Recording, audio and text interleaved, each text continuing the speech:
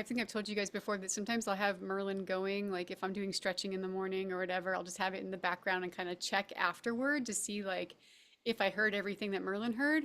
Um, and I had it going since like almost as soon as I got up this morning. So I was doing other things like away from the window. But when I looked back, it said that there was a gray-cheeked thrush here. And I know yesterday I had seen what I thought was a Swainson's thrush, but when I looked at the book, because I'm not very, my thrushes, I don't know, I rarely see them, and so I don't have a lot of practice with the thrush, at least here now and in the last like 5 or 7 years. Um, anyway, so I was looking at, I was like, I actually asked myself yesterday, I was like comparing the gray cheek to the Swainson's, and I was like, I wonder, could it be? I don't know. I had like a light cheek, but it was in the shade. It was in the, kind of hiding in the leaves. And I'm like, maybe I just was seeing things. I wasn't clear at all. Like I was too far away from it. I knew it was the thrush and likely the Swainson's. But this morning, Merlin, for 3 minutes, like I don't ever trust it if it's like a chip note and Merlin says it's something and they just have one chip note. I'm like, I can't count on that to be accurate. Could be anything, you know? But this bird was singing intermittently for about 3 minutes straight. And so, and it kept recording it. I kept calling it as a gray, when I like listened to the recording after, it kept saying that's a gray-cheeked thrush, repeatedly, repeatedly, repeatedly. And I listened to the calls and I was like, wow, it really does match the call note for them. And then I checked eBird and other people have been reporting them. And so I was like, huh, it really is like a really good strong chance that that's a gray cheek thrush. Um, and it's possible that the one I saw yesterday was as well. We have Swainson's here too, so it's hard to know. But now I'm really curious. Like next time I see one, I'm going to be like, all right, which one are you? You know? Yeah.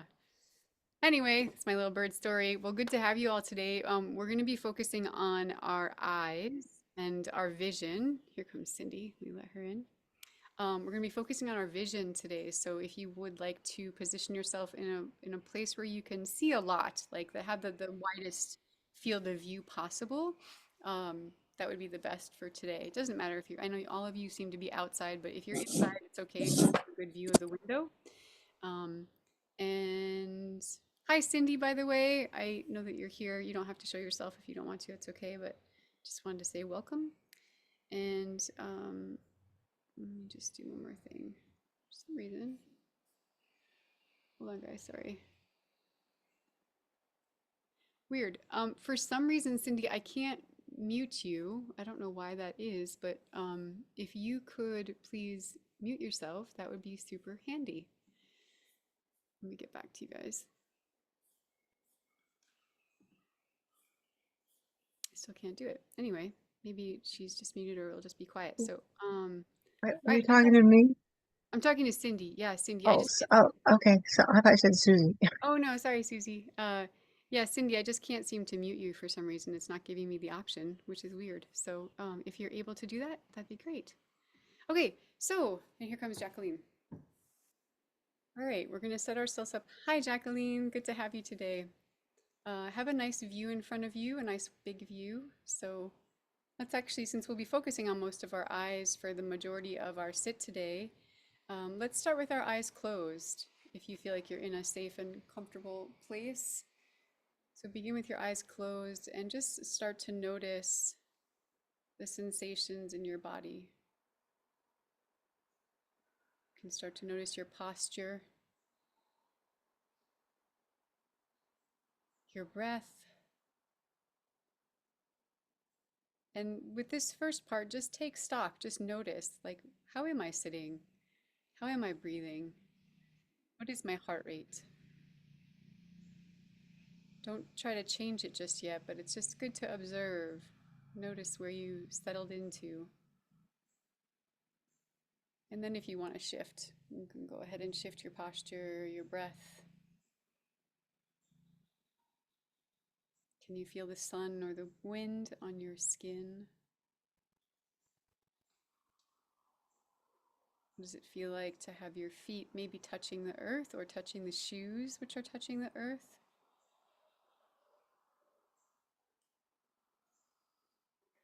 Imagining that your feet are roots right now, just extending all the way down into the ground. stretching further and further and further until you reach the maximum of your rootedness. And just notice. Mute myself so you guys don't hear my background noise, but just notice what you're experiencing there in this moment.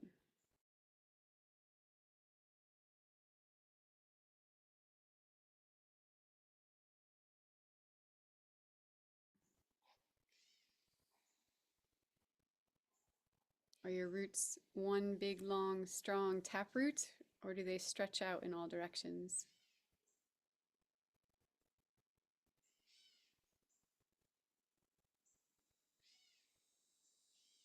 And while you're tapped in, no pun intended, to your roots, can you also feel what your crown is experiencing, what your branches and leaves? Can you be connected to both at the same time? That part of you that has a connection deep within the earth, and that part of you that is above ground.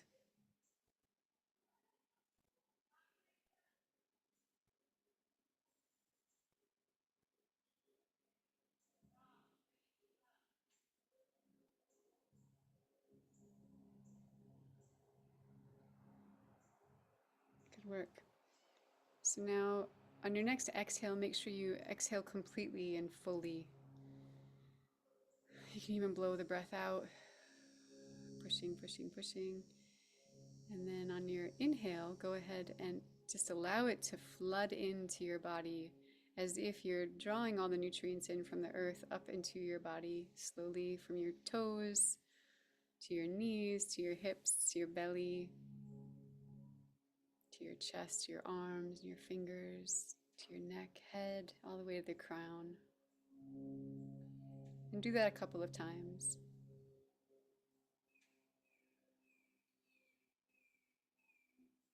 Where you're pushing the breath out and then allowing the in-breath, the inhale, to just flood into your body with ease.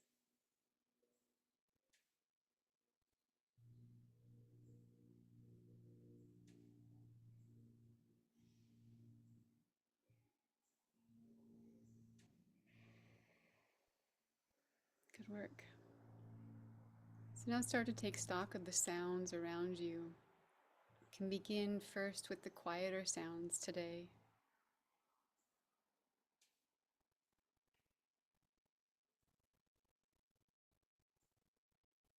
Are there any insect noises, or maybe there's a creaking in the building?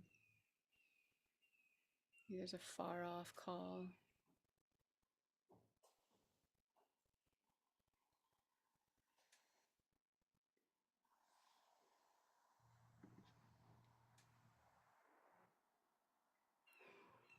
And be sure to tap into the sounds that are behind you as well as those in front of you and to your right and left.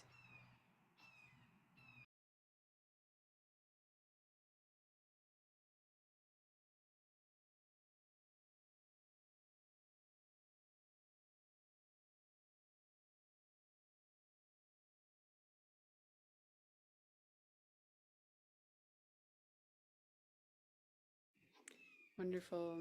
I was just reminded by two eagles calling way high up overhead to remember the sounds above you and below you also.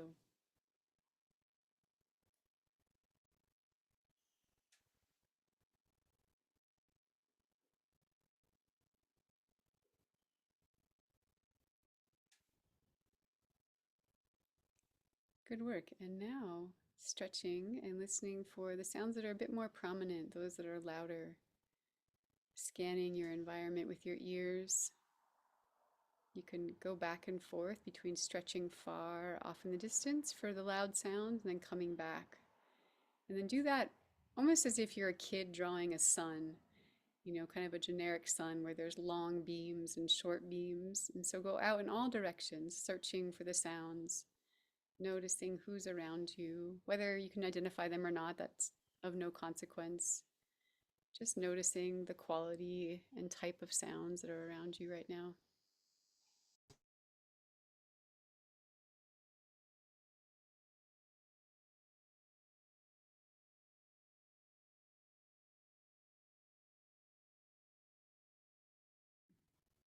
And then once you've made a full circle, just notice if any of them had a particular impact on you in any way, whether it was one that felt lovely and wonderful or one that maybe brought up a little tension or stress or anxiety or something else, maybe laughter.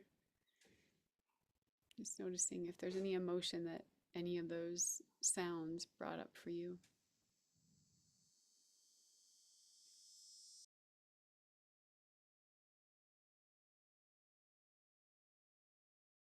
Okay, good work. So now just really gently and slowly start to open your eyes.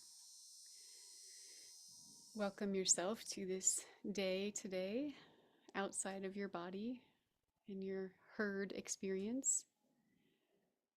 And what I want you to do is today we're going to look for a point to focus on that's about midway between the ground and the sky. So it might be a little bit higher than you're used to looking, depending on how tall your trees are. You're going to want to look to like the highest point of the tree and all the way down to the ground. And if some of you, I don't think any of you live in Washington State where they have the big tall cedar trees, that would be quite hard to do with some of those big ancient ones. But for the most part, just to the tallest tree or about that area and then down to the ground. So you're going to set yourself into owl eyes or that softened vision where you're allowing yourself to take in everything, not focusing on any one thing in this moment. Just with your softened gaze, you're noticing all the subtle movements while you're focusing on that one point, but in a really soft way.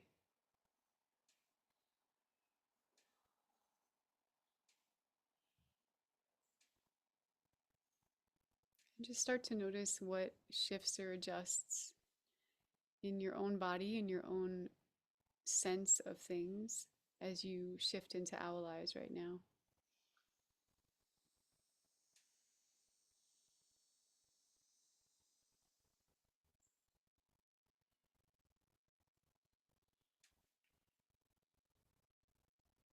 You may begin to see some subtle motion or movement. And today, what we're going to be focusing on is it's sort of riffing, if you will, off of our work last week.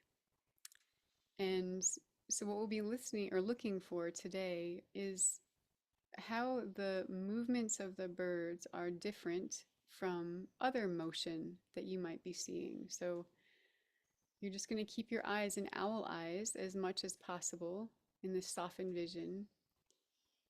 And then when you see a bird, like something that looks like a bird to you, you can follow it, but just notice how it's distinct or unique from the other motions that you might see. And maybe something else will call your attention, like like a butterfly or an insect. And I want you just to compare and contrast as you see different birds and different other aspects of nature, just noticing what the difference is between their motions. And we'll stay in silence for the next couple of minutes as we practice this.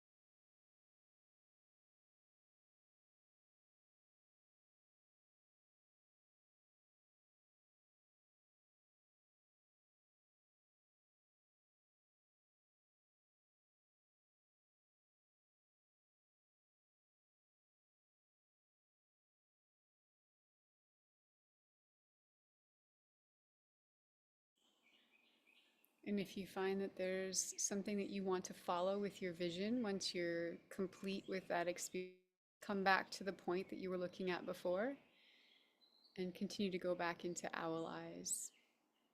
And some people, we tend to want to look down. At least I do often. I want to look down more than I look up. I have to really force myself to look up. But when you're in owl eyes today, do your best to allow your vision to expand upward as much as it does downward.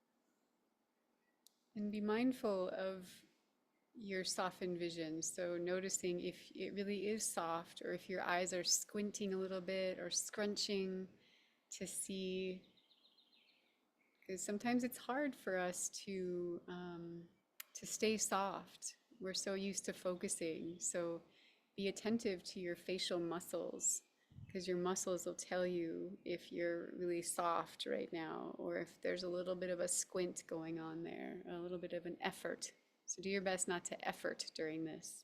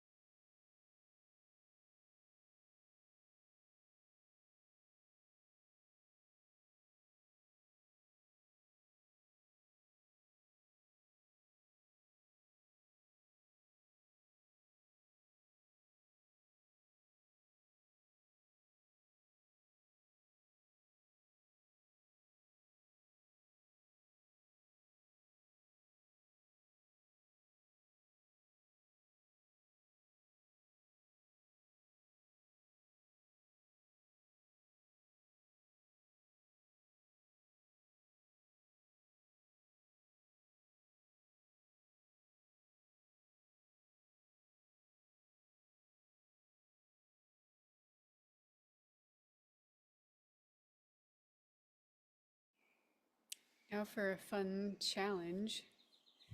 When you do see a bird motion, notice if you have an instant thought about who that bird could be, or at least what family that bird could be in. So just be mindful during the next little while we're sitting of when you see that motion, does a bird come to your mind instantly, like right without thinking too much? Is there a bird that comes to mind? And just notice how often you do that and notice how often you might be right.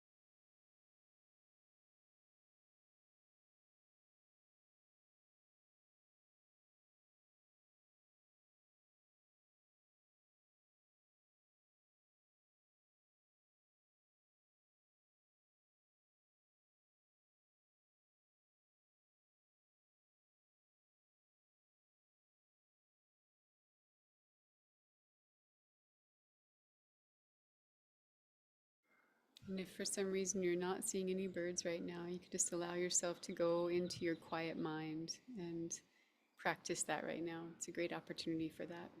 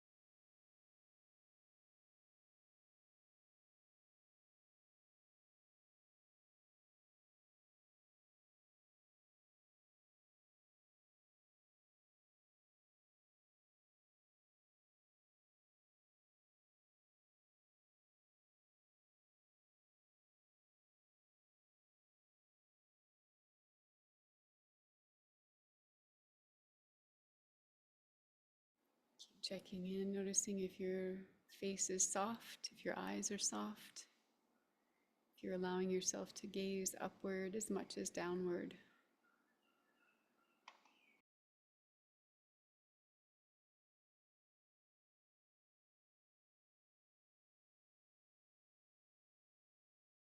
And you're welcome to look around. You don't have to stay on that one point, but just stay at that height, the same height level that you're at.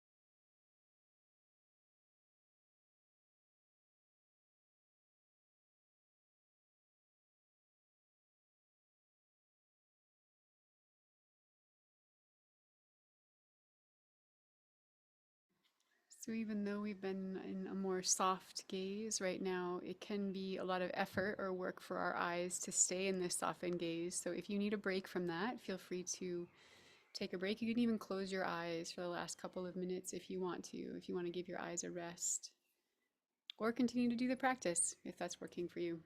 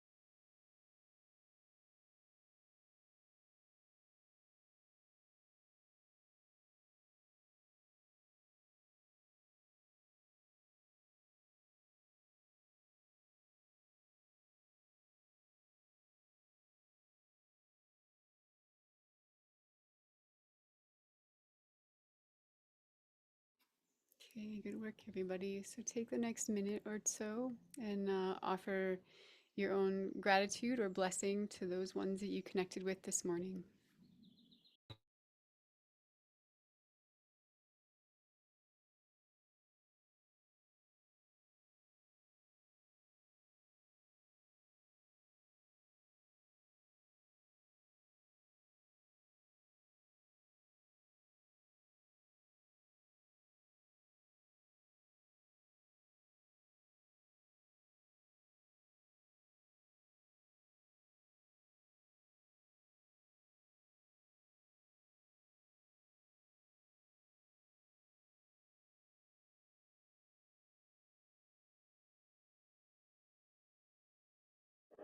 Okay, good work, y'all.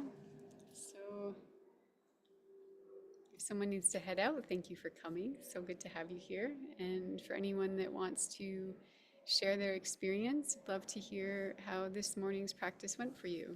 You can just wave your hand and we'll call on whoever wants to share. Well, I can, okay, Della, yeah, go for it.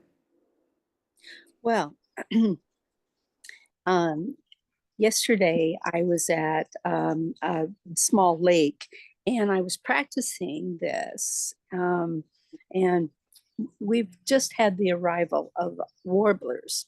And so I was trying to see the warblers and trying to photograph them so that I can identify them and everything. But I was wondering, as I was standing there and I was doing the softened eyes, I would look at something in a distance and then soften my gaze.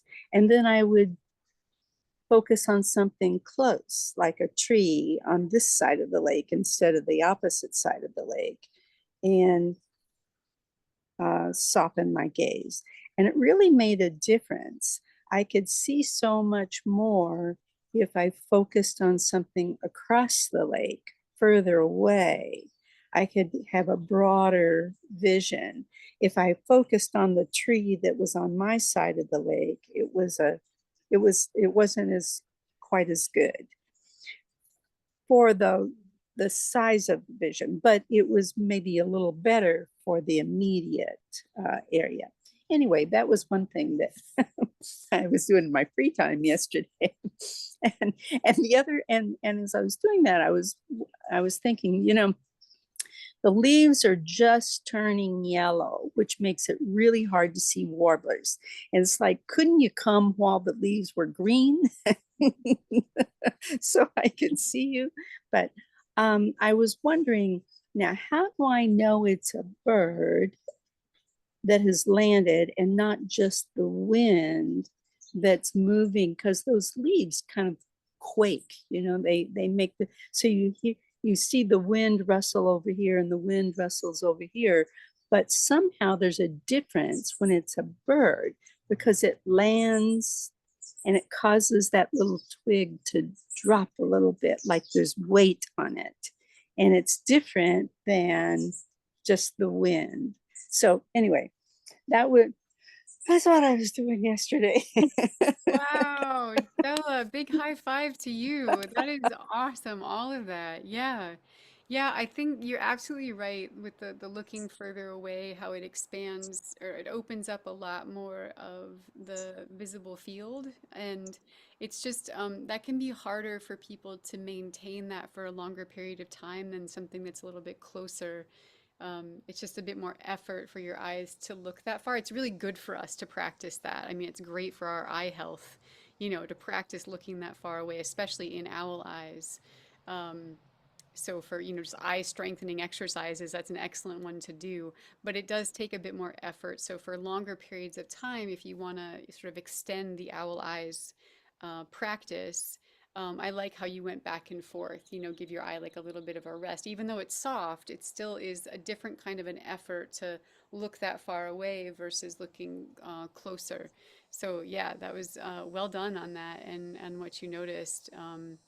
And then there was the other thing. Oh, you were talking about the like the difference with the branch and how it moves versus yeah, that's always tricky, especially if you catch it like a few seconds after the bird has landed, then you're like, wait a minute, because you don't see the down anymore. You just see the motion of the leaves moving, and it's a little bit similar, but and depending on the bird and the weight and whatever. But yeah, there's always something that's a little different about it. So nice job on noticing all that, Della. Yeah, good work.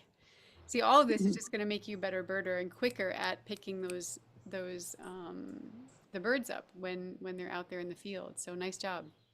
Yeah. Anyone else want to share their experience this morning? Yeah, go for it, Gabrielle.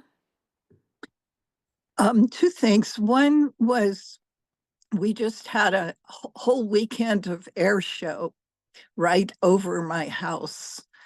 And I was really curious about how the birds responded to that. And you said something about feeling about sounds I heard this morning.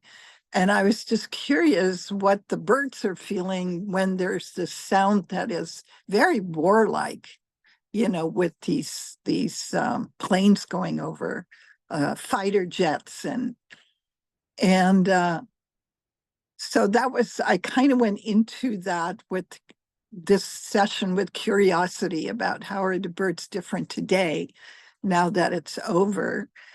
And the bird that I focused on is a cormorant on a wire, kind of halfway between the height of my trees and the ground. And the cormorant just did very little movement. It just sat on the wire. And then I could see birds flying over and below it. But I was really, my owl eyes were really on the cormorant. And two things I noticed. One is they have a movement very much like the egrets, where their head goes up and their neck stretches out. And that was one of the few movements this cormorant was doing while it's sitting there on the wire. And it's still there. It's been there the whole time. But my favorite cormorant motion is when they spread their wings. And I call them my dark angels. They sort of look, when they're drying out there. And this one just wasn't doing that. So I had to imagine it, that is one of the movements that I just love about cormorants. And go ahead. No, please continue. Anyway, it's also very foggy. And so the owl eyes were kind of like doubled by the fog. And my eyes got really tired. So that was that this morning. Do birds have emotion about sound?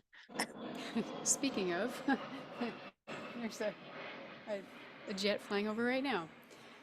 That's a great question. You'd have to ask the birds about that to get an authentic answer. I can't answer for them or speak for them.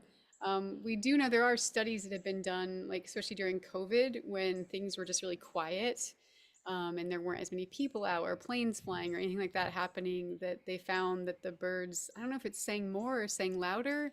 It was something with their song that was actually impacted by the quietness.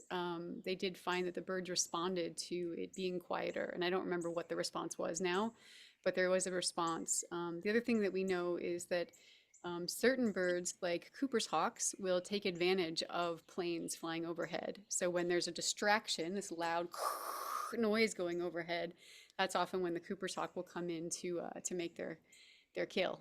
So yeah, they will take advantage of cars and planes and other loud noises or distractions, because the little birds are sort of looking at like what's going on and being attentive to that, and they're not being attentive to other threats, right? So there is a response that the birds have for sure. And sometimes, if it like around here, this happens every day, so the birds become accustomed to it.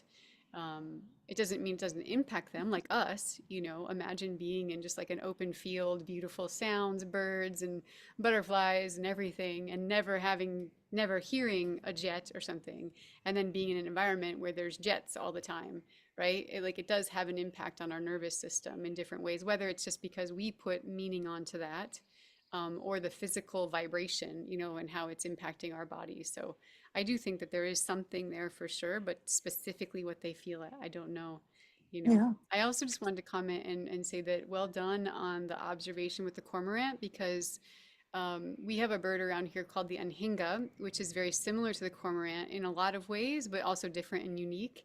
And a lot of people confuse the two of them, but their drying behavior is really unique. Each of them has a slightly, they both do the Batman wings, you know, where they hold their wings out, or the angel wings. Um, but each of them is slightly different, and they have sort of different motions that they'll do. And so, for, you know, if the bird is far away and you're like, I don't know, is it an hinga? Is it a cormorant? I can't tell.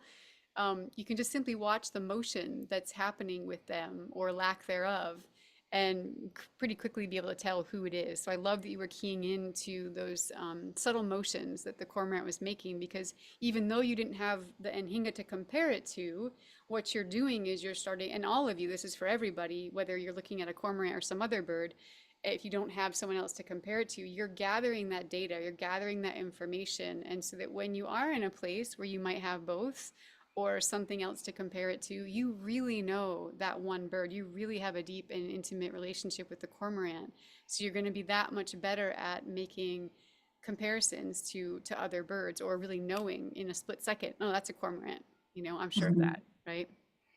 Yeah, yeah, well You done. know, back to the weekend, I was on the balcony as well, kind of, really looking at the planes. But I noticed that most of the small birds were gone. They just weren't even out. And the only birds I saw at all were the egrets in the water. And they were mostly running. They weren't flying away. They were just kind of running away. It's really interesting. And then I was at a place that was a little farther from my house, and all the vultures were coming out. That was really interesting.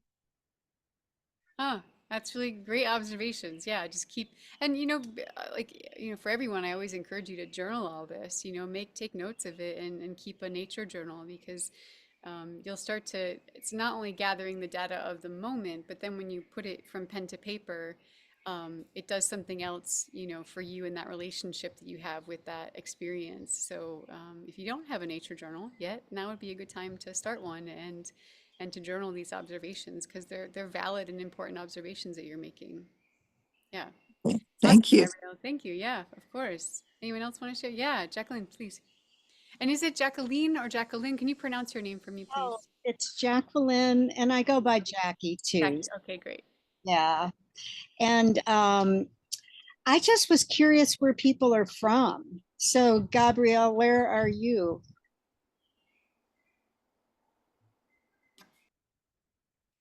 I'm in Huntington Beach, California. Okay. And how about the others? I just like to visualize where you are when you're talking about your birds. I'm near Dayton, Ohio, west of Dayton, almost Indiana. Monterey, California.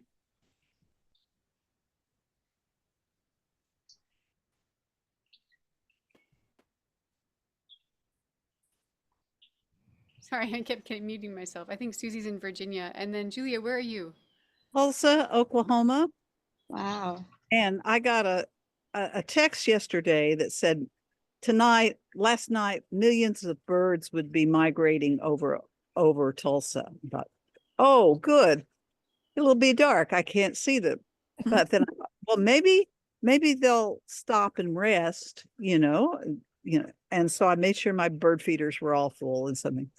This morning, there is not a bird in my. I heard a jay, but I don't know whether it was true that this would be a peak migration time or something, but they passed over my yard, which is fine. But I was noticing this morning, I didn't have any birds, but even in owl eyes, I could tell the difference between butterflies and other insects like bees and things like that. Of course, their movement is quite different. I've seen a singular monarch at a time. It's been really sad, the lack of monarch butterflies coming through. So anyway, that's what I had to say. And I'm in, yeah, Tulsa, Oklahoma. Yeah. Nice, Julia. I'm sorry, Susie's in Delaware. You're in Delaware, right, Susie? I always get all those. They're all so close to, yeah, Delaware. Um, Where was Jacqueline? Jackie, yeah, Jacqueline, where are you? You're in I'm in Santa Fe. Santa Fe, yeah, yeah, Oh, that's okay. That's right. right. One thing I'll say, Julia, for that, let's see, you said something and I was gonna say something about that. Can you remind me what you said again? Monarchs. No, it wasn't the monarch. I got a text that said millions of birds would be coming. Oh, Right. to yes, Tulsa. yes. That. So for people, just to be clear, those are estimates. People, they're always like 6 to 20,000, whatever, birds are coming through. Those are not exact numbers. Those are just estimates based on these maps that they look at, where you can actually see. They know it's birds. They know it's not a weather event. So they know they're birds, and they're just making it an estimate of how many they think are in motion. And yeah, what happens is they'll move over the area, but some may drop. And the best time for you to see them is like bright and early in the morning. So as soon as sunrise is up, or even before sunrise, like pre-dawn and dawn is the best time to catch those birds who just dropped and are needing to rest a little bit or get some food. And then they'll keep moving throughout the day. Maybe they'll stay in the area. They might while they gather energy before they leave again in the evening. But the morning is often, like bright and early morning is often the best time to see the birds who have, landed. But it's good to remember, like, just because they're moving over you doesn't necessarily mean they're obviously moving for a reason, right? So it may not mean that they're going to be there for you to see in the morning. Yeah, but they are migrating past your area, and some may drop in the morning. So yeah, it's a good time to see that. But a lot of people think it's like exact numbers, but they're not. They're just estimates. Yeah. And our weather, we're getting wind from the north and it's cooled off dramatically today. So they may be being assisted by the weather front that's moving south. And Yes, they and want to just stay and take advantage of that too. that's why I mean, a lot, like the red-shouldered hawk or no, the broadwing hawk is one that's known to actually wait for those winds before they move. Sorry, there's birds moving. Speaking of moving, um, and so that's when you're going to have a good hawk day, is when you have I think it's the northwest or northwest winds, when you're on the East Coast, for instance. And that's a good, I think it's already happened, but earlier in the season, that's when it's a good time to look for the hawks, is because of those winds coming in, because they absolutely take advantage of them. It's a lot less effort, you know. Yeah, yeah. Awesome. Jackie, did you have anything you wanted to say other than asking where people were from? No, that was just mainly it. Yeah. But I just value people's experiences, and Yeah. it's fun to know where you all are, because that's great. Yeah, it is nice to know that. One thing I'll share from my experience today was I watching these two butterflies come in. Over here, I just have this small little window of a tree and then some shrubs. And then over there's a lot more forest. But when I look over in this direction, there's not much of it. There's a house and a garage. So I don't really have much,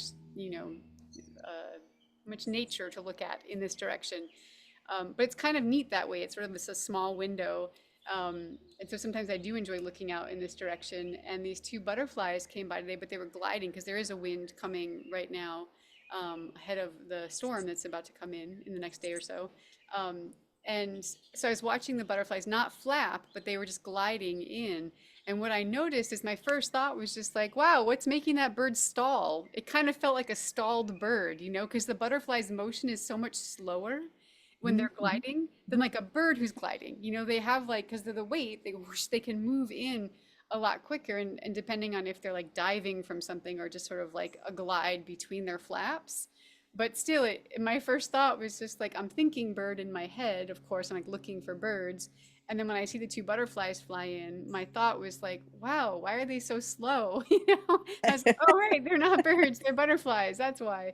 But that was just a cool, again, like these like learning moments that we have where, starting to pick up on like, oh, that's actually a butterfly flying or gliding, rather than a bird. So yeah, just wanted to share that. And I think there was one other, I had something else with the birds. I can't remember what it is right now.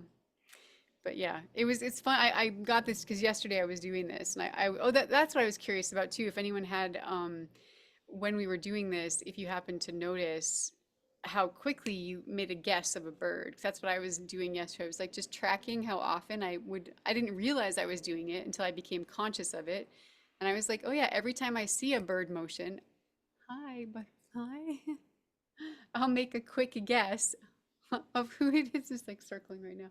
I'll make a quick guess of who that bird is without, it's not like I'm thinking I should make a guess. It's just I do, you know. I'm just like, oh, that's probably the catbird. That's probably the cardinal. That's probably you know, the pine warbler, whatever, you know. And I have to be careful in that way because it's easy to write it off as like one of our local birds. Not that that's a bad thing. Of course, it's like great that there's a cardinal here. But sometimes, like I've done it before with the tanagers who like to hang out up higher in the tree. And if I see them moving, occasionally their motion reminds me of other species. And I'm like, oh, that's one of the, and I'm like, let me just double check, you know? So I just wanted to bring that up for a couple reasons today. Like it's fun to kind of play that game of like, can I guess who this bird is with just emotion? But also being really careful to just check yourself in that. Like you might, like how easy we might write off, you know, who that, like, because I know where the catbirds move and I'm pretty good at their color, their quick motion, whatever. And we've got a lot of catbirds around here right now. And so it's, yeah, I can write them off easily, you know. It's just like, oh, that's probably just a catbird moving by, you know, because there's like 5 of them right here in this in this little forest, you know. Um, yeah, so just keep double checking your guesses. And yeah, because of the wind, I'd say look up today, you know, just notice who's moving about because might be a good day in some parts of the country for birds to be moving. So keep your eyes open. All right, y'all. Thanks so much for coming. And did you have something, Della, you wanted to share? Or you Yeah, wait? I just wanted to ask, with all the hurricanes right now, if you see anything like news about birds and the reaction to the hurricanes, that would be interesting to know. You know, does it cause them to change their flight pattern for migration? You Yes. know, what do they do? What happens? Yeah, also all sorts of things. Depends on where the bird is when it happens, depends on where they are in their migration. There was they were tracking with Helene that they actually found that there was this whole group of birds. They don't know which ones they are because again, it's just these like radar models or whatever. But there were birds in the eye of Helene. They got trapped there in a sense. I don't know if they wanted to be there because isn't it? I think it's calmer in the eye of the storm, right? So, but they moved with the eye of the storm. They couldn't go out, right? Oh Because my of God. hurricane. So they were just in the eye of the storm as Helene was moving. And I don't know where she picked them up, you know, if they were on their way down to South America and she, you know, gathered them together beforehand or what. And we were seeing here on the coast a bunch of shearwaters were washing up on the beach, just exhausted and kind of battered and whatnot. So for sure, they get impacted in all sorts of ways. Some of them not so good, and others, you know, makes it interesting for birders because you'll find birds that you never would have found in your area because the hurricane is pushing them or causing them to. There was this great story that Nathan Pipolo told at, and he tells this story often when he gives. There's this one particular lecture he does at some of the festivals and whatnot. And if you ever get a chance to hear him speak, I would obviously recommend it. But one thing that he shared in this lecture that he gave was I won't go into the whole story, but I think it was like, I don't know if it was a Wimbrel, I think it was Wimbrels maybe, but they had a radio tracking device on this one Wimbrel. And his friend was one of the ones who was tracking it. And what he noticed was that there was some big storm coming up through like the Ohio Valley or something like that. And the Wimbrel was heading south for their migration. I think it was in the fall. And and what happened was all of a sudden the radio tracking device showed the Wimbrel like heading back north like 200 miles, you know? And they were like, what the heck? Why is this Wimbrel going back 200 miles? And it just so happened that Nathan was like in this one area where there a bunch of Wimbrels just showed up. And him and his friend got talking, and I don't know if it was the exact place or the exact Wimbrel or if it was like, you know, in a similar area, but there had been, he was able to tell his friend like there was a storm that was coming, like a really big storm that was moving through. and they pieced their stories together and were able to see that the impact of the storm pushed these Wimbrels 200 miles. They were heading south on their migration, and they turned 200 miles back north to find a safe place to stay for a couple days. I think they stayed there for like 4 or 5 days, and then they headed south again. So yeah, yeah, there definitely is impact, and each species is different, and and how they Here, respond. So here in Ohio, because we were hitting that edge where Helene came up, there were burrowing owls spotted in Cleveland.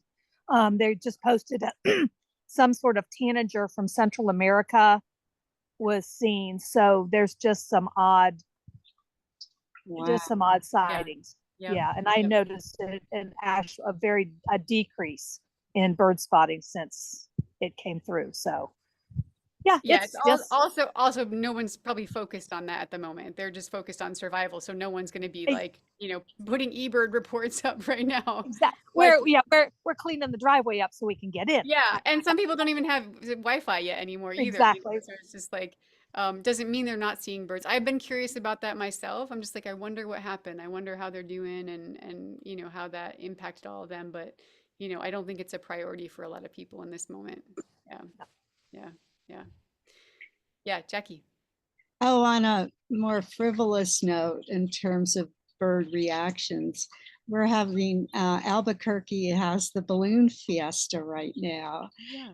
And I just, when you brought that up, I thought, well, I wonder how the birds react to that, to hundreds of these huge, colorful balloons floating by. So I'll drive by and see if I can tell anything. I mean, obviously, I wouldn't be noticing the little birds, but if it affected any of the bigger ones, that would be fun to find I think out. it would be interesting to see, because not only the balloons and their size and their color, but the sound, like all those that goes off, as the balloons are like, whatever, moving up and down and all of that. So it's got to have some impact in some ways. And yeah, I'd be curious as well what that is. Yeah. Maybe some of them catch a ride on. Right, on the top. That'd be sketchy for the balloon people probably. Yeah, or on the basket maybe. That's a little bit better. We'll imagine Yeah. that. Catching right on the basket. Yeah, that'd be kind of cool. All right, I'm gonna let you guys go before this next big plane comes through, where it's gonna make me silent anyway. Thank you so much. This was really fun, great information, and it was great sitting with you all today. Have a beautiful day. Thanks, everybody. Bye.